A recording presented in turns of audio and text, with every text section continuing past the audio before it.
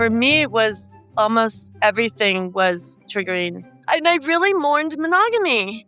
Honestly, I mourned having Thor all to myself. And I mourned monogamy was for a big part of probably a good 9 months because I loved our bubble we lived in. You know, we raised our girls. We had a great life. We're super outdoorsy. We have a lot of fun. I'm like, why are we doing this? And I still had a lot of mistrust of opening up that everyone and maybe it wasn't everyone, but pretty much everyone I knew that opened their relationship, if they had been married, it fell apart.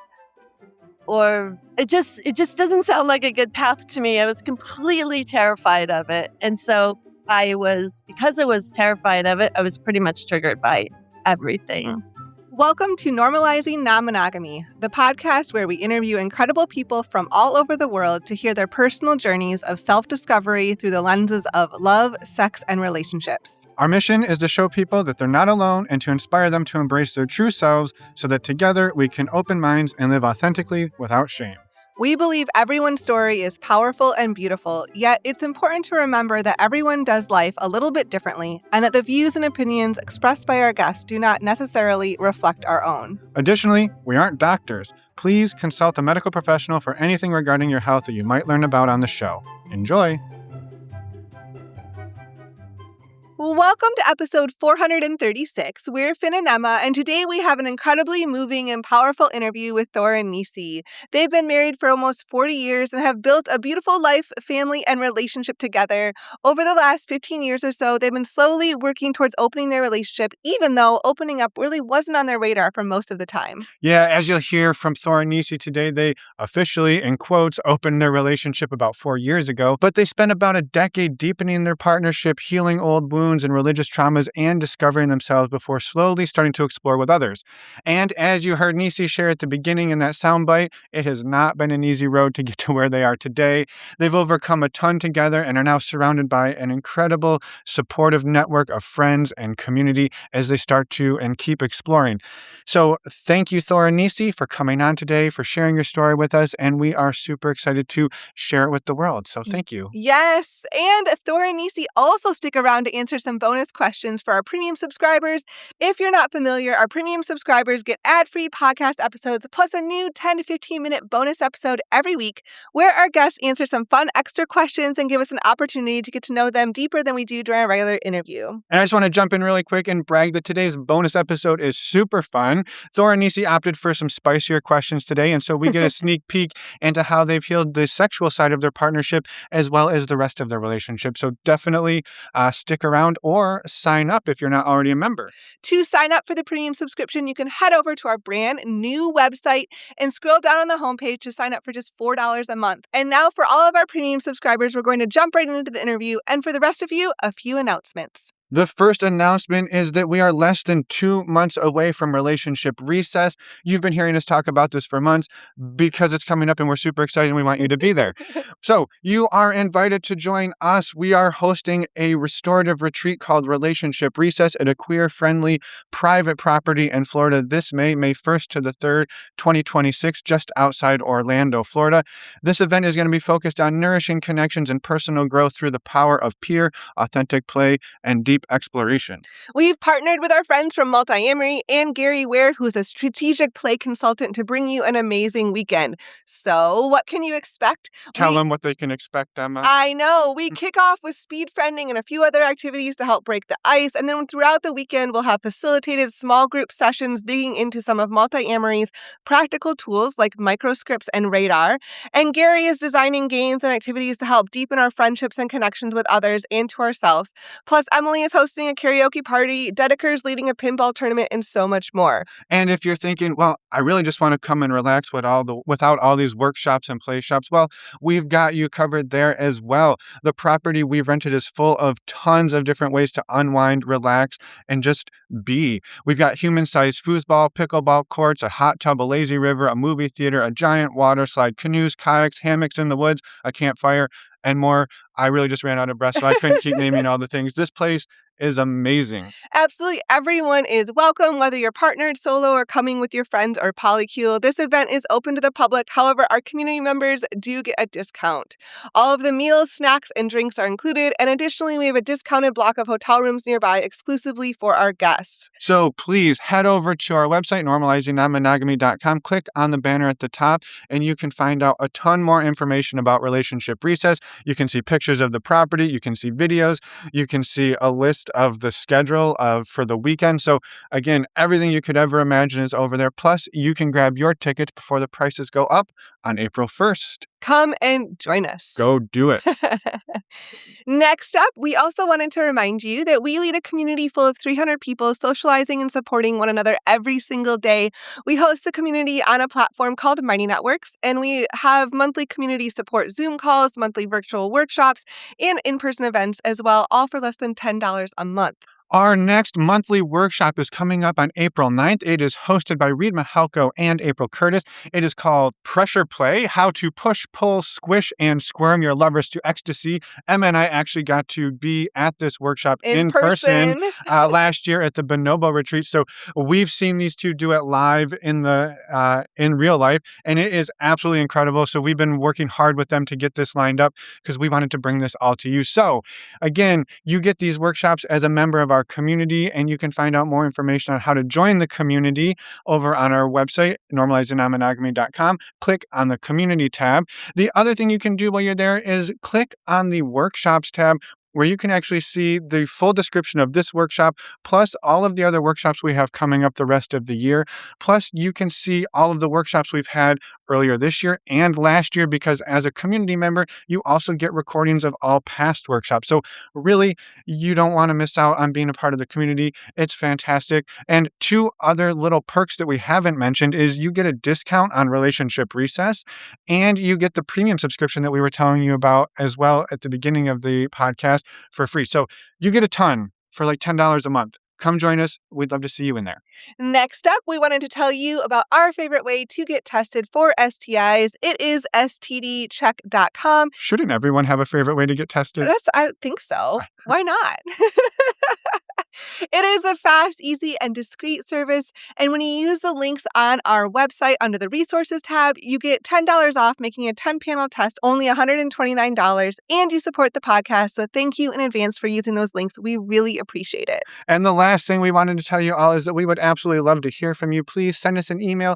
Let us know if you have any questions, feedback, thoughts, or best of all, if you would like to come on the podcast to share your story, just like Thor and Nisi did, we would absolutely love to have you. This podcast actually doesn't exist without people like Thor and Nisi and people like you coming on to share. So thank you for reaching out. Thank you for using STD Check. Thank you for joining our community. And thank you for listening today. Yes, now let's go and talk with Thor and Nisi. Welcome to the podcast, Nisi and Thor. We're excited to chat today. We're excited to get to know you too. We run around in a lot of the same circles in the Bay Area, but we've never really met and got to know you two. So here we are doing it virtually, and we're excited to chat. Welcome to the show.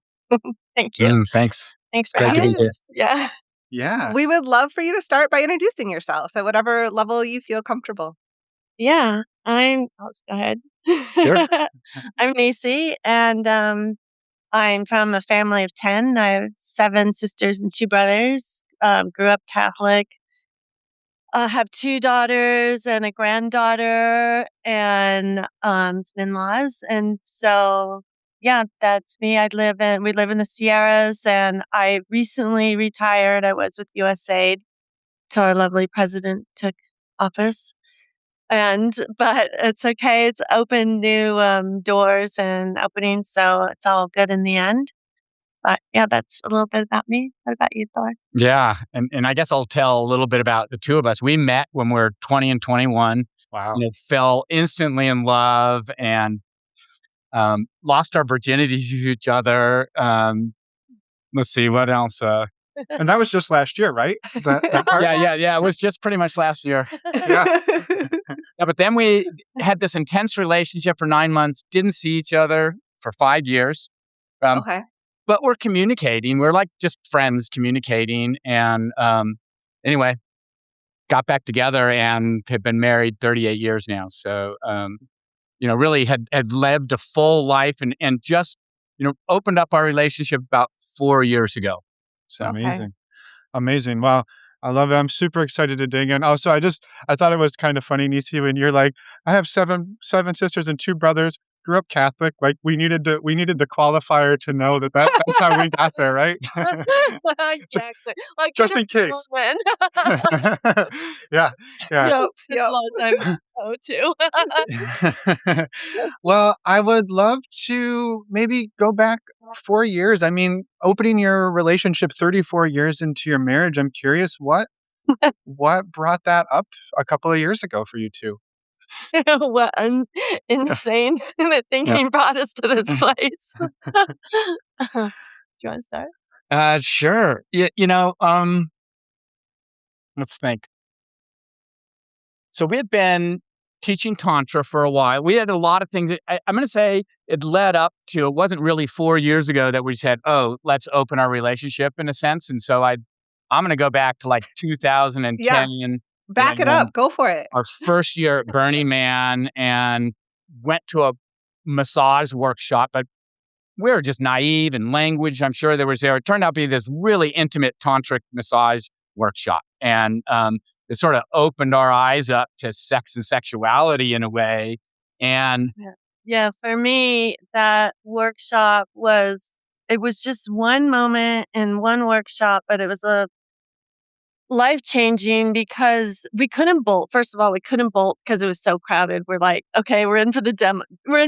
And then they asked if you wanted to practice, and we were like, oh, well, let's just go for it. But I had never seen this couple. They are out of Portland, demoed a G-spot massage, and the way he held her. They started with sacred space, and then it was so reverent and so touching that I was like, I didn't know sex could be like that. Like, I didn't know that sex could be anything different than what we practiced because, we basically had sex just with ourselves. So we just didn't know there was another way, and we didn't know that it could be sort of like a sacred meditation and something more than just sex. And so that kind of started us on this very curious path, and we would take one workshop at a time and get really triggered and have to work through that. And then 6 months later, take one more and get really triggered again. And that went on for 7 years. And then a friend of ours started, is part of Bonobos, a sex positive community in the Bay Area, and would talk about her relationships and her friends. And I was always so impressed because it didn't matter who it was that she was talking about. She always talked about him in this really positive way and this amazing thing she was learning from this friendship. And, and maybe she was only close with them for 9 months and then met somebody else or a couple people at the same time. But I was always so fascinated that you could be intimate with a number of people and care deeply about them. So we were kind of from afar, sort of learning about what that lifestyle might look like. Then we met we had a Burning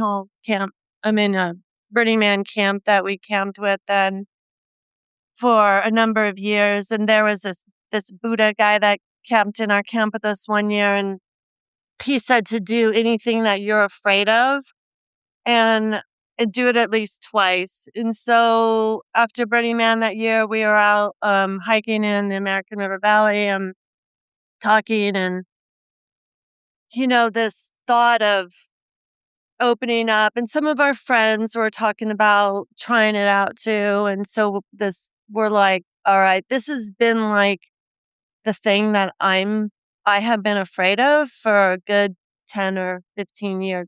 It's just the thought of it would bring up anxiety in me. So I'm like, all right, this is the thing I need to step into to figure out why I'm having so much angst around it. And so it was really just what we needed to do next. We learned a lot in Tantra. grown a lot, learned a lot about communication, and I think we were just ready for the next step of our personal growth. Yeah. I love that. I'm curious. So many questions about that, but I want to back up a little bit. This all started by going to Burning Man, and for the two of you, did you have before that experience? Was there ever any inclination in your relationship of wanting to explore or just curiosity? And what led you to go to Burning Man in the first place? That's It's a big adventure. That's a big adventure. Yeah.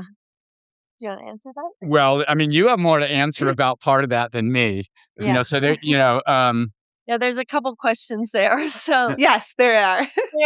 there was some tendencies on which is interesting because our opening up was easier for Thor, but in the non-ethical monogamy, there were, and before we got married too, there were some incidences where like I would hook up with my best friend's boyfriend for the night, or I would hook up with, like somebody married at work, and then there was an indiscretion where I hooked up with one of my workmates once I was married too. So there were these like moments that happened that were sort of were like interesting, but they were pretty much moments. And like my father put a kibosh actually on the one with the married man. He found a letter that this man had written me when I was working on my master's. And yeah, and then when I had the indiscretion with Thor when we were married, I hurt him so bad, and I felt so bad. I felt so bad about it. I never wanted to. I never wanted to do that again. So I had some. I think for me, trying to like reach into my sexuality, it was always mostly followed with that was a bad thing to do, and not it wasn't celebrated. It wasn't celebrated, and so but I never felt like I would needed something or I needed more or Thor wasn't enough, or I was a flirt basically, and I got myself into situations. Yeah. Yeah. Yeah. Yeah. And I think, really, I mean, I didn't, let's see, how would I answer that part of the question? For me, I didn't have any other relationships during that time. And I think Nisi hinted at is we weren't really like looking for something more. And in a way, really since 2010 and exploring, getting into Tantra. And then we actually went through teacher training. We're teaching Tantra. So we had a lot of exploration in our own personal sex and sexuality, and was starting to sort of grow and expand that before we opened up our relationship. Mm-hmm. Yeah. Mm-hmm.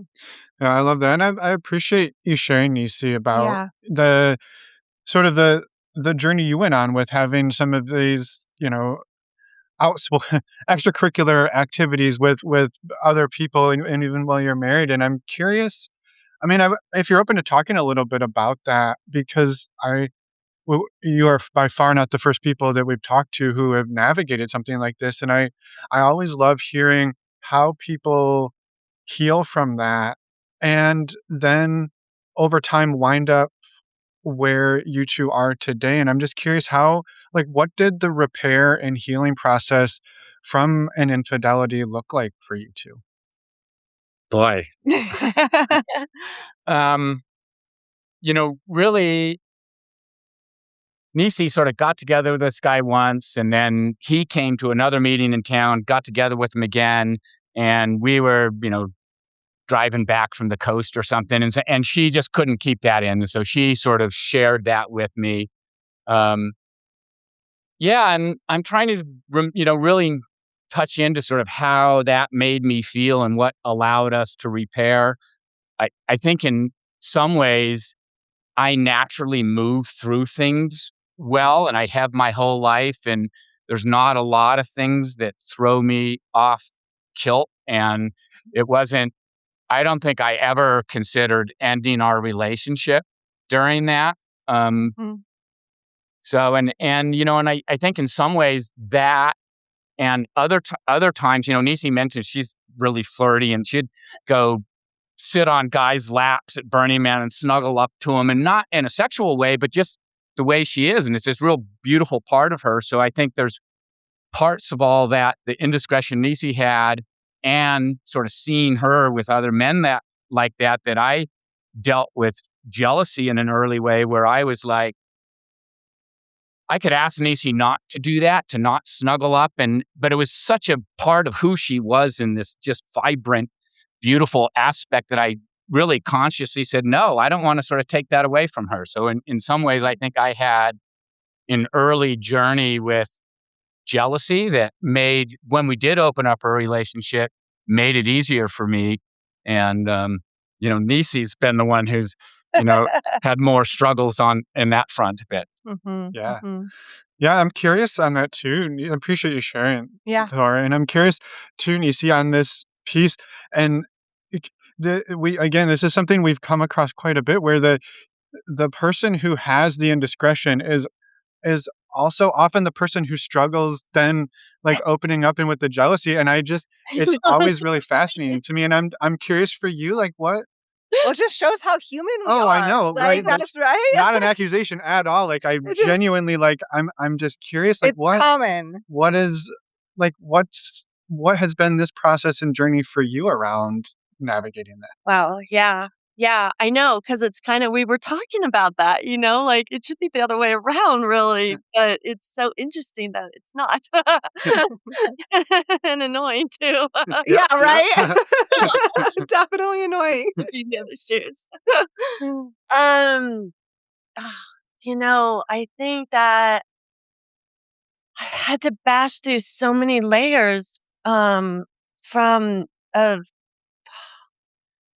all the things. I also,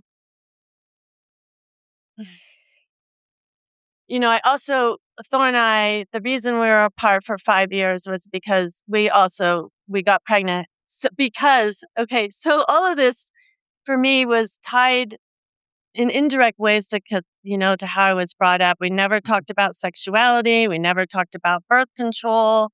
You didn't go on birth control because if you did, well, by golly, you're going to be sinning. It just was like, I was so caught, and Thor and I fell in love. And of course we have sex, and of course I get pregnant. And going through that with my parents, my choices were being sent away. So I didn't shame the family, and then would have to give the child away, or have an abortion. So I aborted the child with my mom. I blank out so much of like the mechanics of it. I bled a lot, and so for me there was just like, even though I was flirty and I had these indiscretions, there was so much wrapped around sexuality and it being wrong to have sex before marriage, and then to have given up, not really had a choice. Yeah. I really didn't feel like that was a choice. Yeah, you didn't have a choice. And I'm not mad at my parents. That was the conditioning of their generation. They grew up after the Depression, went through World War II. I mean, I never blamed them or shamed them. It just took, I think, quite a while to work through that myself. And I did feel really bad when I had that. I didn't feel that. The early ones when I wasn't married, I never really, like, whatever. I was just having fun. I just drank 2 margaritas in Mexico. I didn't really they didn't impact me. But the infidelity with my husband did, because I loved him, and it was also just sort of this, flirty thing with this other person, and it didn't really mean anything, but it hurt me that I hurt him. And so that was like one more layer of sex is bad. Yeah. So I think for me, even though I was the one that had the infidelities, I was also the one that carried the shame for having them.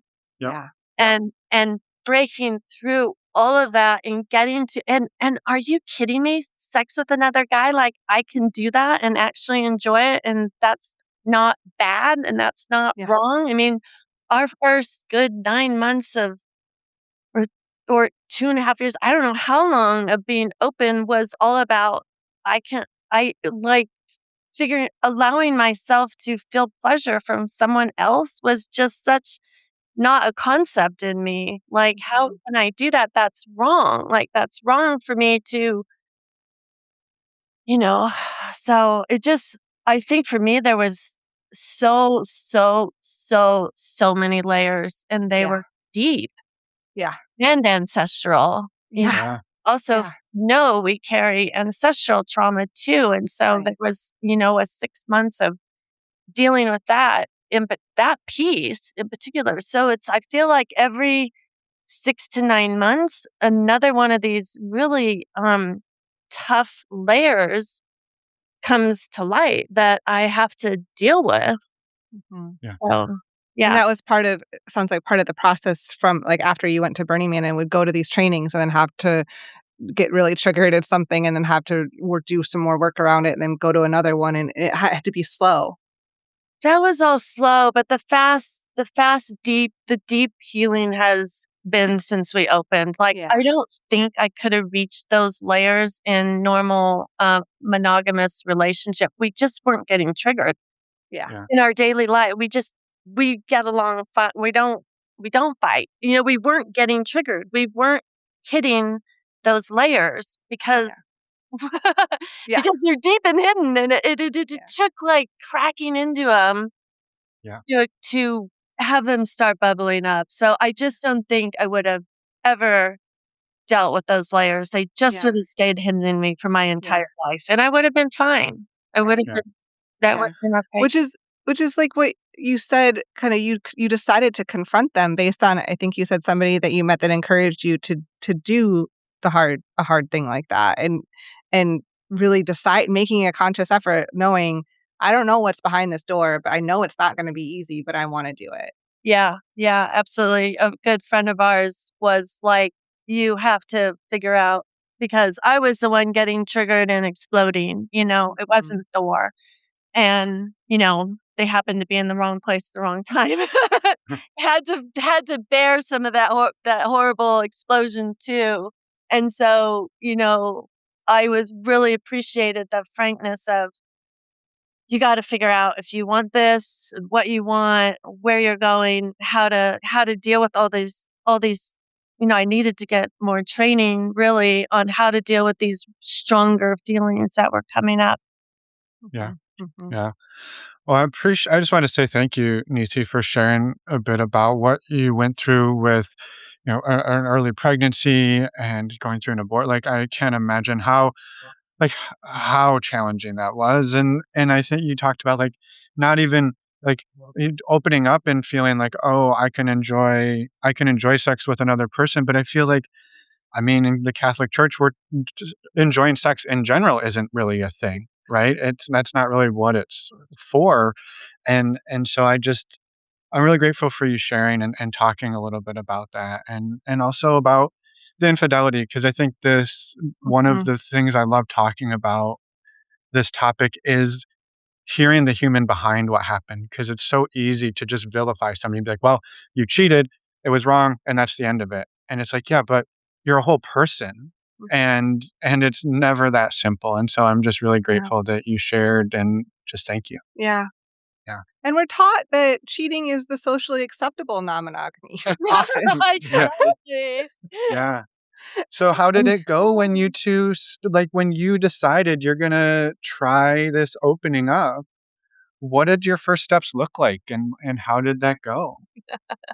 Um, you know, we have bonobos out of the Bay Area, so we're not that far from there, and Mhm. which is, I mean, I can't say enough about bonobos and really how much of a support that organization was for us Yes. opening up. And Mhm. I'm going to say, really like the first year was pretty slow and gentle. where we had some sort of soft explorations. We had one friends that we got together with at a bonobo play party, and really that was probably my first interactions ever with a man as well. And in this whole process, we've also discovered our queerness, and neither of us sort of questioned it or even thought about it. It was never sort of something that came to the forefront. But those interactions were, maybe there was some genital touch, but that was about it. And not that much of that. So I'd say they were sort of slow and gentle. And the second year, we met this one couple that we really engaged with, and I'm going to say we lost our, non-monogamy virginity to them. It depended on how you define that, and so we sort of gradually went into it. And I think the other things that we've done that's been successful for us anyway is we really like playing together. So a lot of the times we are, bringing other people in or, engaging together. And, we like each other. We like being with each other in a way we can then have these really profound experiences and then share with each other about them as well. And so there's, so I'd say it sort of built relatively slowly. And then, in the last year, people have just been falling into our lives, and we feel like we're building this community around us and meeting some of the most amazing people we've ever met in our entire lives. There's aspects of it where when we're engaging sexually, I think there's all this energetic aspects going on as well. And those energetic people have been falling into our lives. And so we were just sort of dumbfounded in some ways of, where we are now and sort of where we started, because it was a pretty slow and gentle entry in. Yeah. And how was it? I mean, I know, Thor, you're just like, yeah, it's all easy for me, no big deal. But I'm curious, how was it? How was it for you, Nisi, when it was like, okay, we're actually gonna going. Yeah, when you. I'm like, I talked a lot the first segment, so I'm just gonna let Thor talk. But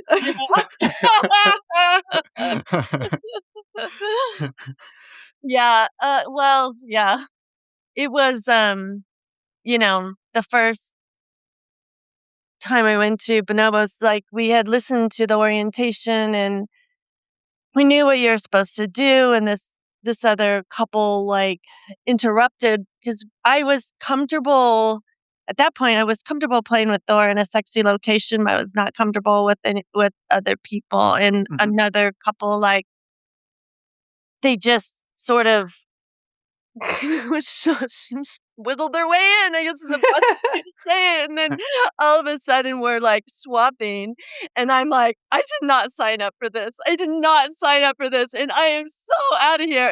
And I basically bolted, and Thor came after me, and we said sorry. Oh, yeah, no. So it was not. It was pretty much every thing we did, there was a good 6-hour conversation on the drive home about some aspect of it. For me, it was almost everything was triggering. I really was wondering, and I really mourned monogamy. Honestly, I mourned having Thor all to myself, and I mourned monogamy was for a big part of probably a good 9 months, because I loved our bubble we lived in. We raised our girls. We had a great life. We're super outdoorsy. We have a lot of fun. I'm like, why are we doing this? And I still had a lot of mistrust of opening up, that everyone, and maybe it wasn't everyone, but pretty much everyone I knew that opened their relationship, if they had been married, it fell apart, or it just doesn't sound like a good path to me. I was completely terrified of it. And so because I was terrified of it, I was pretty much triggered by everything. Yeah. Yeah, the So, fear is paralyzing. yeah, it's paralyzing. It took a lot of time to build trust in my body. And I also had to learn that even though in my head I was a yes, like this could be fun and I want to do it for you too and blah blah blah. In my body, uh, I was I really learned to just trust when my body says no. I better just say no because if I don't, I'm going to explode later. Like if Mhm. I don't trust my body and I go with shame or pleaser or something like, oh, I want to like make Thor happy. I'm going to do this. And there was so much of that in the beginning for me that, yeah, it took a lot of time for my body to trust that this was an Yeah. okay Yeah. to do. It It's a really testament to how slow you have to go with to yeah, have our bodies catch up and trust ourselves. yeah, yeah. It was tough for me, and there were a number of times that I was like, "Why are we doing this?" And this isn't for me, and I want to go back to how we were. I want to go back to safety right Yeah. now. Well, you two spent 30 plus years there. I mean, Yeah, I just to just remind people of that. I mean, that's a long time. A whole life you two built, careers you built, kids you raised, the life you've navigated, the things you went through, and then to just take what feels like a huge risk to Mhm. open that up. And like you said, even though you like logically or in your head, you're like, I want this and this feels And I um, wanna do n- this work. yeah, I want to do this work, but like to truly feel it and do it is a whole different ball of wax. yeah, Yeah. Yeah. I also just wanna comment that, you mentioned the fear of, like, people telling us that when you open up a long-term relationship, a lot of it explodes and doesn't last, and, we've definitely seen that, and we just of all the people we've talked to, we've recognized fully that opening up a long-term relationship is one of the most difficult things yeah, relationally to do. Like, it is hard to start non-monogamous and to be in a non-monogamous relationship in general too. That can be difficult, but undoing all of the years and years and years and years of patterns and behaviors and just all of it is a lot of work. And to build that trust in your body that you're like, wait, this is actually okay, takes a long time. yeah, yeah. And I would have friends say, "Oh, this should be easy for you guys because you're so secure. Your marriage is so secure." I'm like, "Actually, I think it's the complete opposite." Yeah. You come into I think it's hard for everybody basically at this Yeah. point. Yeah, Yeah. yeah, It pings different things for different people in different ways based on our histories, right? yeah, yeah. Yeah. I'm curious, Thor. I know you've talked about how you kind of move through things fairly easily, but I'm just curious, what was this experience like for you? I mean, this is still very Yeah. new exploring. What was your experience opening Yeah. up and going to these events for the first time and meeting people and getting naked and hooking up and all of those things? Yeah. Um, I'm going to say that I was like instantly, yes, this is like a big yes for me. And then sort of discovering my queerness concurrently. It was just like, whoa, Yeah. where'd that come from? And yeah. And so I think really, and I think part of our difficulties also, I was probably a little bit like a kid in a candy store. I had had very few sexual relationships in my entire life, you know, prior to this, and had never put a condom on in my entire life. Really? There you go. That's amazing. It's like, Say yeah. Um, so yeah, it was. I think I was, and I think that created not some of our challenges, but when we were having the hard conversations and there was aspects of really looking at our relationship, and if I had to choose between going back to non-monogamy and or versus staying with going back to monogamy versus staying in Mhm. the world we're stepping into, and leaving sort of this aspect of this new discovery of myself as far as queerness. I just didn't know what that answer would be. And so I think when we had some of these conversations, they were really hard because it was pointing to, risking a relationship that, is unbelievable, really. I mean, we have madly in love essentially our entire 38 years and we still are. So, yeah, how can you balance that, right? Balance the excitement and kid in a candy store feeling with also being madly in love and not wanting to ruin that. Yep. So I was ready to dive into the deep end of the pool, but then really intentionally sort of held back and wanted Nisi on this journey with me. And so.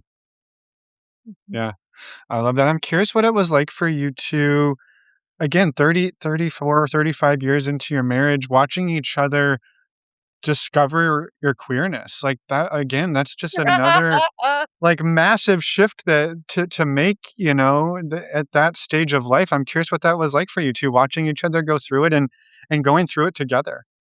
Yeah. Do you want to speak? Really, it's probably, I probably discovered my queer. I think we both had this sense that we were queer, but I stepped into it sooner. And in part, that was also more easeful for Nisi because she was less threatened with me with other men. And so I was pretty confident he wasn't going to leave me. Most of the time, but not entirely. There was one question there. Yeah, he went to this gay brigade thing in Costa Rica while I was deployed. I was in Jordan, and I didn't know after that week if he was going to choose men or choose me. Seriously. Yeah, that's a little scary. That was I was gone out of the country, working in these humanitarian situations, worrying about whether my husband was going to come home or not. Wow. Then, it was followed by, we had a really fun, sexy time with our friends. And it was really hard for me. I just wanted him to be like waiting and kind of like when someone goes to war, you want that person at home to just be sitting on the couch eating chocolate bonbons waiting for you. Right. So, yeah. And then like seeing Thor in women's clothing, or wear my clothes in women's clothing. Yeah. It took some getting used to. But also kind of like the way he had embraced my flirty, fun, playful self. I also really loved seeing this fun, softer, smiley side. His feminine side coming out was so beautiful. Is so beautiful. And I can't deny it. It's like, whoa.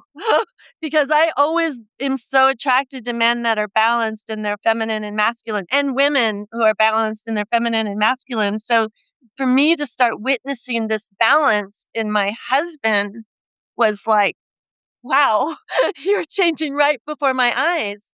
And I love it. And okay, you can wear those pants, but not that shirt. I had to have my boundaries in the closet. we learned that our pants are like the same size, and it's like, we never knew that until until we tried 2 years ago. That's amazing. I love it. Yeah, not that one, but you can wear that one. Here's all my hand-me-downs for you, Thor. I love that. I really appreciate that. Just like talking and sharing a little bit about what that's like, because you're watching your partner change right before your eyes, and then I imagine falling in love all over again in some ways. Yeah. And also recognizing the layers of fear there too. Change is inevitable, but also it's can be very scary. So yeah. I'm curious, how is this, like, how's the last few years gone? How is this? We talked a little bit about at the beginning, and how has it evolved over time? You want to go? It's been great. The last few years, or last year and a half, or 6 months anyways. No, the I understand that this is work. I understand it now. Like, I understand what's happening in me. Like, I'm releasing layers that have been stuck in my body for decades, Yeah. And I understand that now. And now when things come up, they're so much more easeful. And Thor, like, doesn't react to my exposure. Like, he also gets it, and he can hold me. Just hold me while I'm flopping around. Yeah. Yeah, and I mean, if we look at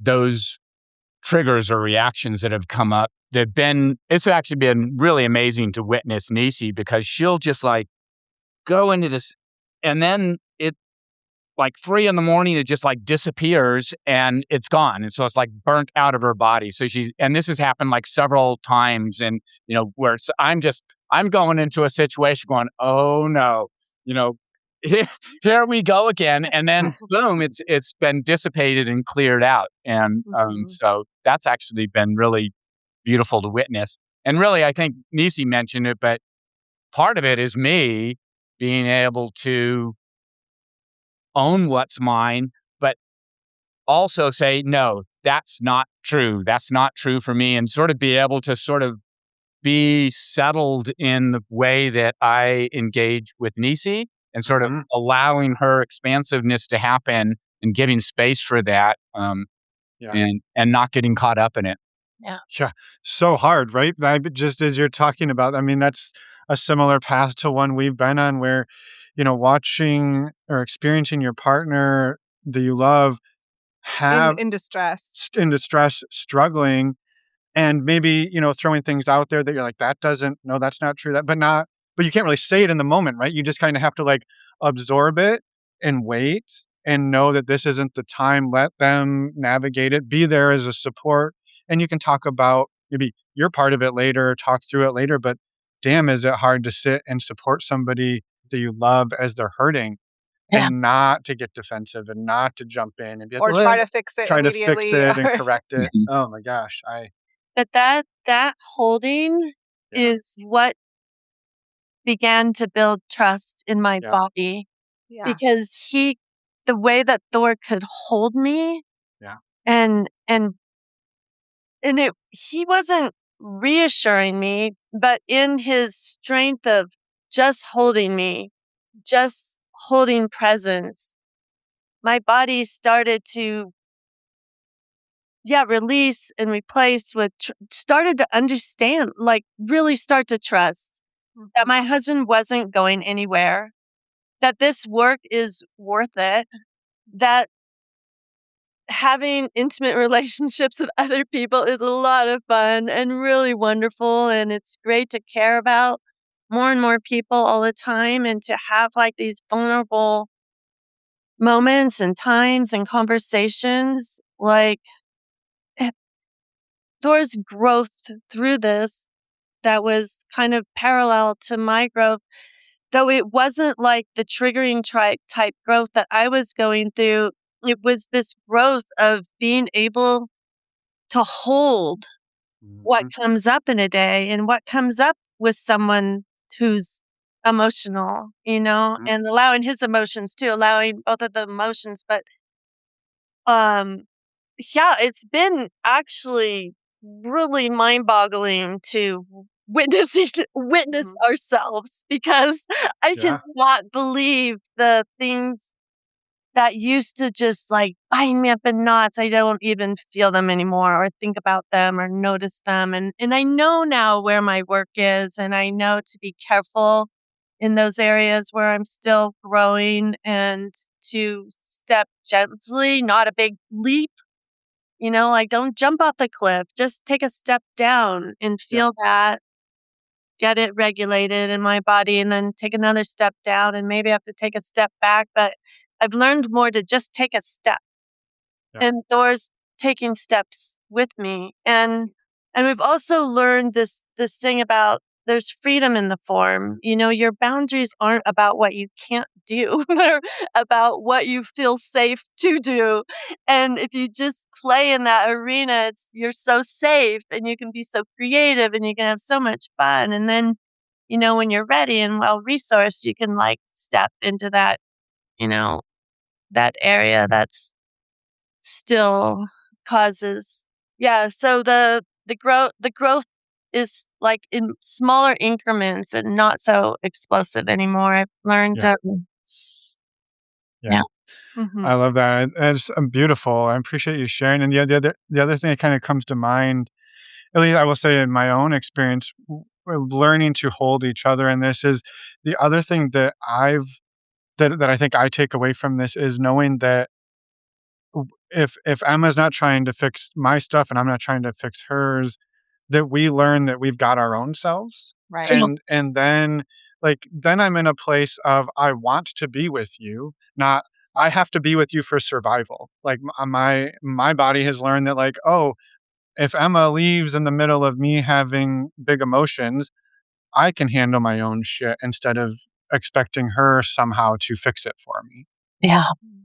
So I Yeah. appreciate Yeah. you sharing that. Yeah. Yeah. I love the way you described that too, and taking steps Mhm. rather than jumping off the cliff, right? Yeah. Um, Yeah. Which is what our body, the initial feeling often feels like the only thing to do is jump off the cliff. There's no other option. Or that taking a step feels like jumping off a cliff That sometimes. too. That too. Yeah. Yeah. I'm curious what you two said that the last 6 months, maybe the last year or so, you've just had some quite a bit of abundance in navigating this. I'm just curious, coming around to today, what does this look like for you two? How are you meeting people? What does your non-monogamy look like here in the beginning of 2026? Well, it started off with a bang, that's for sure. Yeah. New Year's was very fun.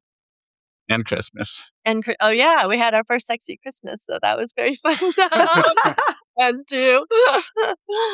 Wow, did that feel naughty? That was so good. I love it. No,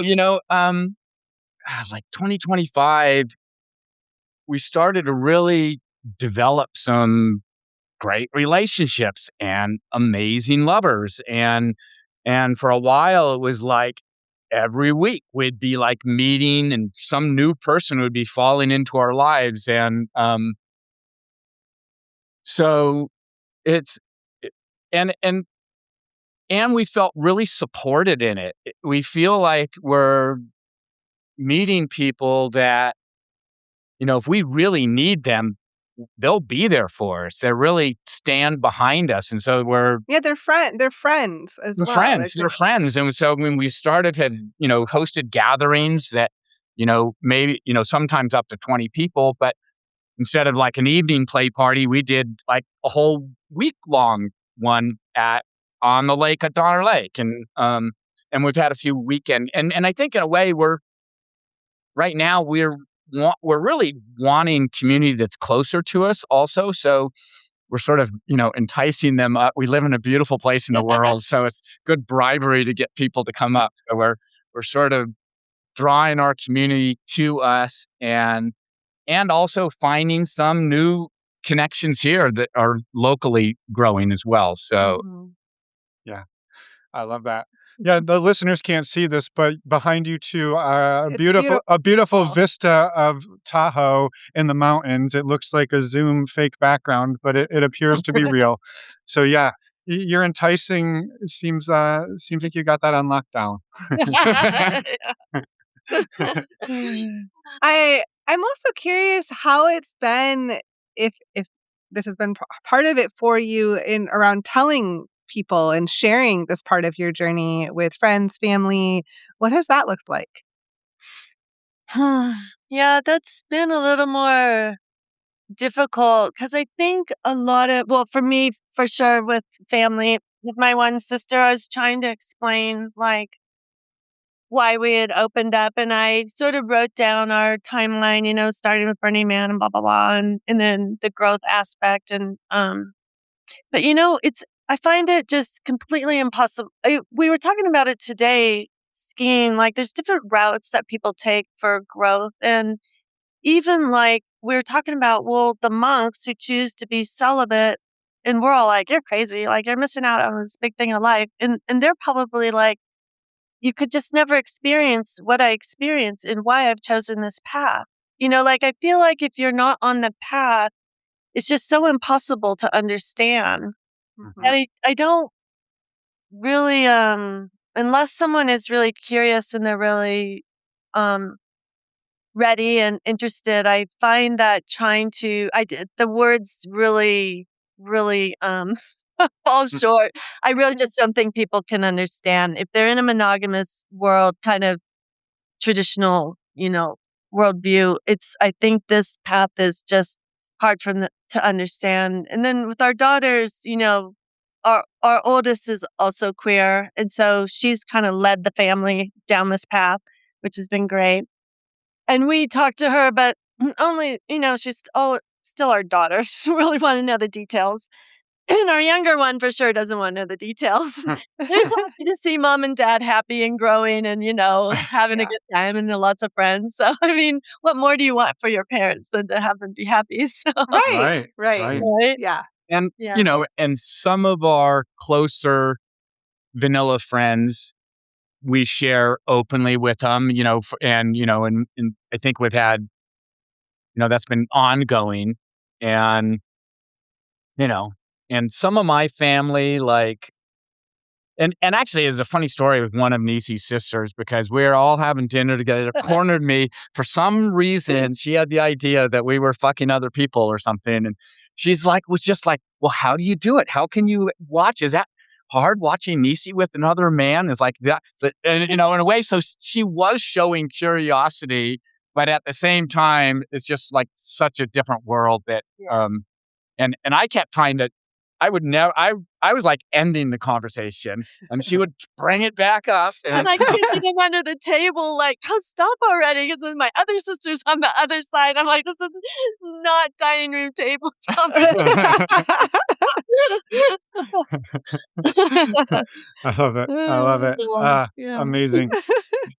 Well, we also happen to know that you two have a blooper that you've come prepared with. So for anybody listening who hasn't heard this question before, we love to talk about bloopers as people are navigating this, because it kind of just shows that we're all human. We all make mistakes. Life goes on and we can laugh about them eventually. Not always. Maybe not always right in the moment, moment. but eventually we can laugh about them. And yeah, we'd love to hear your blooper. Yeah, so I'll start it and then you come in. Okay. Because early on, one of the things that we also found would be helpful was if I would start, like if I would choose who we would go play with, and then Thor would go. I would never ask. I still hardly have never asked really. And Thor would go and ask, and if they were a yes, then we'd get together with them. So it was our first year at Soul Play. We had Thor was actually in a wheelchair. He had hurt his back and was in a wheelchair. And so we had this whole thing around that. And then we had discussed probably for a good 4 or 6 hours, like, how are we going to navigate this and what are we going to do? And so we went to the temple night that they had.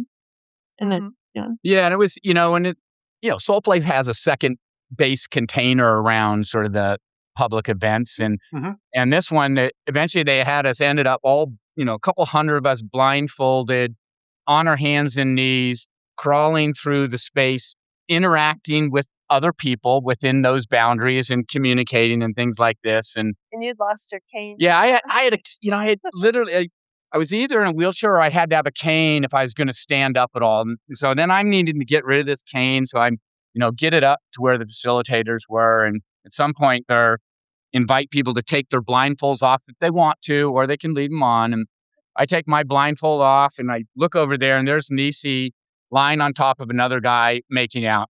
And so I'm sort of, all right, now what am I going to do now? Because they both had their blindfolds on. I decided I was just going to crawl on top of Nisi. And so I crawled on top of him. So me and this other guy, like, were loving Nisi up for, 20 or 30 minutes. And she had no idea it was me. she's, worrying about like what's going on with me. At some point, I whisper in her ear, I'm like, what would your husband think if he found you here or something? And, spill the beans. I just burst out laughing, and I was so relieved because, I didn't know. I was worried about his cane. Then he was somewhere trapped by, but obviously not too worried. Yeah, I love it all about you. Like, I was worried about his cane. Where was his cane? Yeah.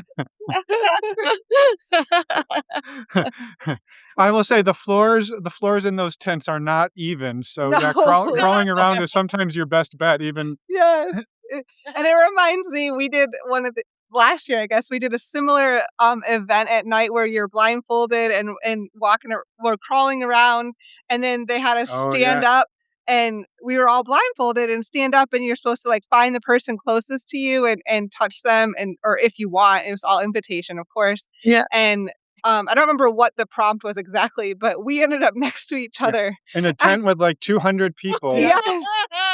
We had gone through the whole night like separate, like having the experience in the whole group, and then somehow we touched hands, and I was like, I know who this is. I know these sweaty hands anywhere. It was just like, yeah, that's crazy. But amazing. I love your story too, and how fun and also like just entertaining that must have been for all of you. It was. I love it. Well, come a long way since 30 plus years ago, and all the not that the shame disappears, but to be laying on the floor in a tent making out with two guys is a pretty good place to be. Yeah. No complaining. Yeah, no complaints. No complaints. 5 out of 5 would do it again. Yeah. Well, this has been amazing. I'm so grateful you two reached out and for coming on and sharing in the way you have. And before we jump into some bonus questions with you, for anybody listening, Thor and Nisi have agreed to stick around for some bonus questions. But before we do, is there anything else you want to shout out into the world while we've got you? Any last thoughts on? Go for it. Yeah. I mean, it's Just like, go for it. there's so... It's going to be hard, but it is definitely worth it. So amazing. And there's so many great people out there. And It's such a great community. To be able to open your heart and, really love other people in a deep way feels really, really good and meaningful. Mm-hmm. Yeah. I love it. Yeah. Beautiful. Thank you both so much again for coming on and sharing, and just hopefully our paths cross again soon. Yeah. Thank you for having us. It was really fun. Totally. And have a wonderful afternoon. And just again, a reminder, if you're a premium subscriber, you've got more Thor and Nisi coming your way in just a minute. So have a wonderful day, you two. And we're back. Thank you so much, Thor and Nisi, for coming on and sharing your story. It was absolutely wonderful to talk with you. And thank you from my side as well. Again, as Emma said, it was such a fantastic conversation. We're excited to share it out there in the world, and we're excited to have you back on in the future to hear how things keep going. Yes. A couple of quick reminders before we let you all go. First up, our in-person event is coming up May 1st to the 3rd, 2026, outside Orlando, Florida. It is called Relationship Recess, and tickets are available now. Go over to our website. It's all over. Click on the events tab, the banner at the top of the page. You can sign up and buy your tickets. You have no excuses not to find it. No, it's everywhere. Exactly. And then coming at you virtually on April 9th, we have our next community workshop with April Curtis and Reed Mahalko. It's called Pressure Play, how to push, pull, squish, squirm, squeeze, all the things. Do all the things to your lover to bring them to ecstasy. It's going to be fantastic. And again, to join that workshop, you just need to join our community for less than $10 a month. And next week, we're coming back at you with another episode with Mariana. This is going to be her second time on the podcast. She was previously on episode 313. She comes back next week and gives us an update. Yes, it's a great conversation. And Mariana is also the creator of a couple of card games. So there's some new card games coming your way as well. So with that, we will bid you all a wonderful week. We'll see you next week for that conversation with Mariana. Bye, everyone. Thanks for listening.